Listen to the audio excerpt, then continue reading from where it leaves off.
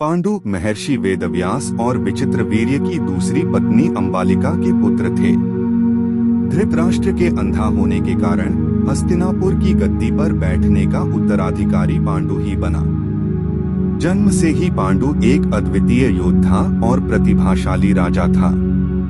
उसकी शारीरिक क्षमता, धैर्य और न्यायप्रियता उसे एक महान शासक बनाती थी। लेकिन यही पांडु, जिसके पास सब कुछ था, नियति के क्रूर खेल का शिकार हो गया। राजा बनने के बाद पांडु ने अपने कर्तव्यों का पूरी निष्ठा से पालन किया। उसने राज्य को नई ऊंचाइयों पर पहुंचाया।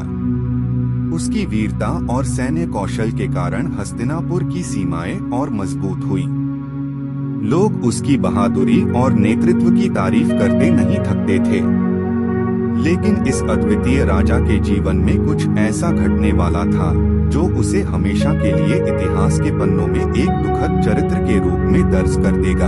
एक दिन जंगल में शिकार के दौरान पांडु ने गलती से एक ऋषि किंदम और उनकी पत्नी को हिरण समझकर तीर मार दिया। मरते हुए ऋषि ने पांडु को भयंकर शाप दिया, यदि तुम कभी अपनी पत्नी के साथ शारीरिक संबंध बनाओगे तो तुम्हारी मृत्यु हो जाएगी। इस शाप ने पांडु के जीवन को पूरी तरह से बदल दिया। वह जो शक्तिशाली योद्धा और राजा था, अब अपने ही जीवन का कैदी बन गया। पांडु के सामने अब जीवन भर ब्रह्मचर्य का पालन करने का एक कठोर निर्णय था। एक योद्धा जिसने हर जंग में जीत हासिल की थी, अब खुद के जीवन से हार चुका था। उसने राज्य और सांसारिक सुखों से मुंह मोड़ लिया और अपनी दोनों पत्नियों कुंती और माद्री के साथ वन में रहने का फैसला किया। यह वही पांडु था जिसने हस्तिनापुर को नई ऊंचाइयों पर पहुंचाया था, और अब वह अपने जीवन के सबसे बड़े अभिशाप से भाग रहा था।